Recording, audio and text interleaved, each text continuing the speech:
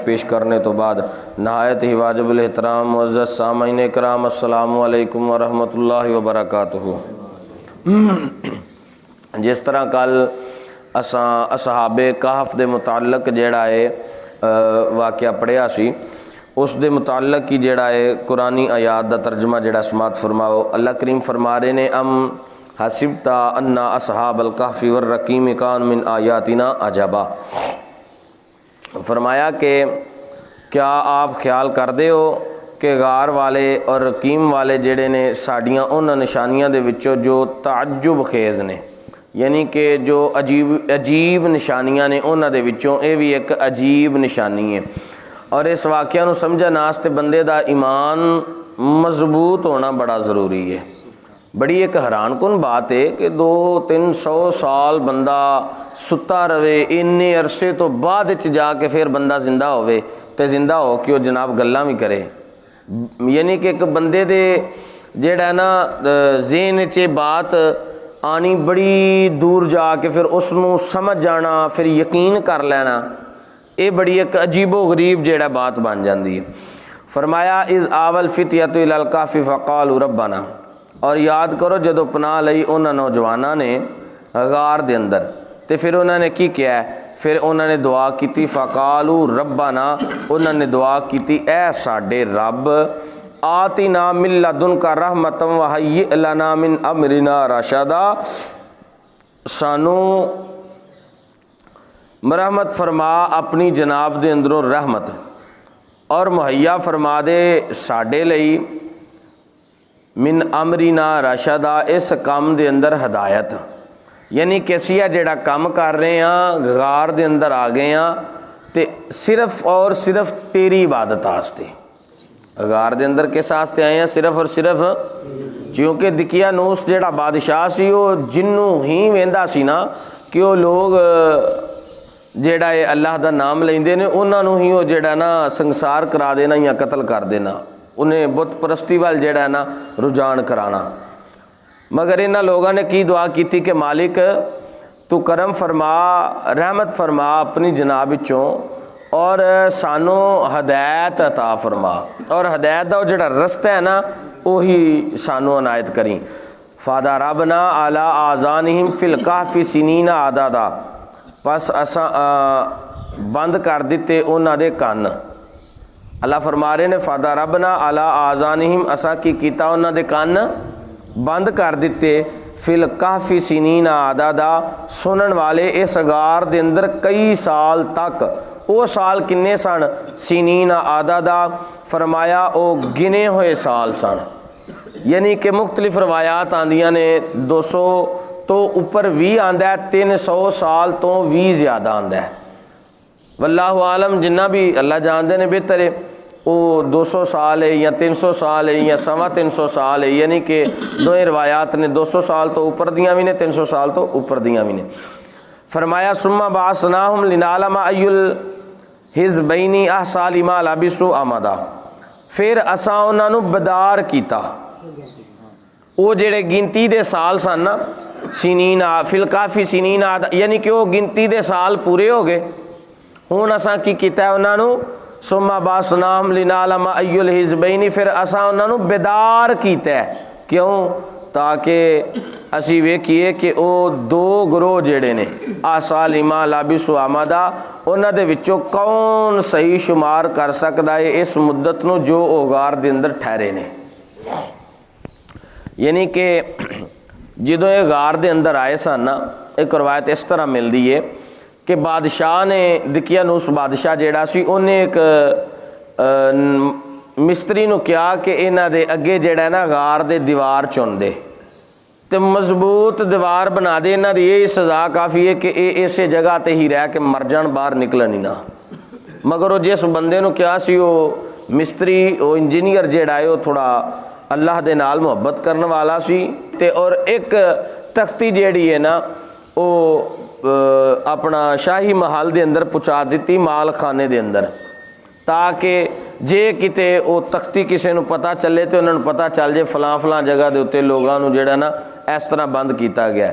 मगर वो जी बात अल्लाह करीम फरमा रहे हैं कि ये गिनती के दिन सन, वो जो गिनती के दिन पूरे हो चुके, ये गिनती के जोड़े साल सन वो पूरे हो चुके, गिनती के साल, वो साल गिनती के पूरे होने तो बाद उन्होंने बिदार किया गया। और बिदार करके मकसद ये सी, अगर बंदा हकीकत के नाल वेख्या जाए तो सिर्फ उही बंदे नहीं बल्कि उन्होंने नाल जिहड़ा कुत्ता है ना, कुरान के अंदर आंदा है कि वो कुत्ते भी कित्थे जाना है, बोलिया जैसा जन्नत विच। उन्हें क्यों जन्नत विच जाना है कि उन्हें कोई बड़ा कुछ कर लिया, इबादत कीतियां ने, नमाज़ां पढ़ियां ने, कोई रोज़े रखे ने, हालांकि कुत्ता तो है ही नापाक है, नजस से पलीत है, उन्हें कोई इबादत नहीं की है, उन्हें कोई मालक नूं कोई उन्हें ऐसा अमल ही नहीं किया है कि जेड़ा इंसान करते हैं तो जनाब आंदे ने असी रब की बारगाह च मकबूल होए हैं। उन्हें सिर्फ एक अमल किया है, की किया है, हालांकि कुत्ता भी अजनबी है, ये नहीं कि वह कुत्ता उन्होंने पालिया होया है, उन्होंने रखा सी, नहीं नहीं, बल्कि वह कुत्ता भी अजनबी सी और रस्ते के अंदरों उन्होंने नाल मिलिया है। अल्लाह अकबर कबीरा।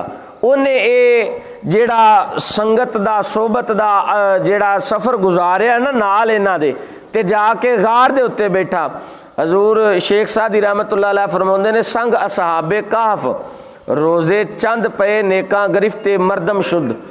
आप फरमाते ने कि चंद दिन, चंद रोज़, चंद घड़ियां नेकां दी सोबत बहन विच ओदा नाम ही नेकां विच शुमार हो चुकिया है। जेड़ा कुत्ता चंद घड़ियां, चंद जनाब लम्हात उन्हां नेकां दे विच आ जावे जेड़े रब नूं पसंद ने, जेड़े अल्लाह नूं, जे अगर नपाक कुत्ता उन्हां दी संगत विच बह जावे ते अल्लाह उन्हूं जन्नत दे छड़दे ने। ते जे अज दा चंगा भला सियाणा दना बंदा किसी वली दी सोबत विच बह जे, रब उहदे ते करम नहीं फरमाएगा। दूसरी बात सुनो, हुण कुरान दे लफज ये ने, उन्होंने दुआ की है, फ़कालू रब्बना आतिना मिन लदुनका रहमतम व हय्यि लना मिन अमरिना रशदा। ऐ अल्लाह तू साडे ते अपनी रहमत नाजल फरमा। अगर ये जनाब बंदे होन ईसा अलैहिस्सलाम दे ते अंजील मनन वाले होन, उन्होंने पढ़न वाले होन, ते रब उन्हां ते रहम फरमा दवे ते उन्हां दा तज़किरा कुरान विच बयान कर दवे, ईमानदारी दे नाल दस्सिया जे होए भी उहदे महबूब दा उम्मती, मुहब्बत नाल जरा है, होए भी उसदे महबूब दा उम्मती, ते सोने दी जात ते दरूद भी पढ़न वाला होवे, ते रब दी तौहीद दा ऐलान भी करने वाला होवे, किवें हो सकदा है कि अल्लाह ताला दी जात उहदे ते करम ना फरमान? किवें हो सकदा है कि रब उहदे ते रहमत ना करन? अज कई बेईमान इसे बात दे अंदर जिद करके बह गए ने, बाबे कर कुछ नहीं सकते, बाबे कर कुछ नहीं सकते। तू बाबिया कोलों कराना की है? बाबिया ने जो करना है वो रब जानदा है। यानी कि यह हाल हो चुका है कि कुरान दे फैसलियां नूं भी लोग मनन तो इनकार करते हैं कि अल्लाह ताला दी जात फरमाउंदे ने कि उन्होंने दुआ की ते फिर असां उन्हां ते अपनी रहमत कर दी, उन्हां दे कन्नां नूं बंद कर दिता ताकि लोग जो बाहर बोलन, शोर होवे, जो मर्जी होवे, उन्हां दे कन्नां तक आवाज़ ना जावे। जेड़ा रब उन्हां दे कन्न बंद कर सकता है कि लोगों का शोर, लोगों की आवाज़ इन्हां दे कन्नां तक ना आवे, मेरा यकीने कामल इस गल ते वे कि जेड़े बंदे बेहदायते होण, जिन्हां नूं हदायत ना चाहिदी होए, अल्लाह उन्हां नूं भी हदायत वालियां गल्लां उन्हां दे कन्नां विच जाण देंदा, उन्हां नूं भी समझ वालियां गल्लां दा पता लगदा, भावें उन्हां दे सामने कुरान ही पढ़िया जावे।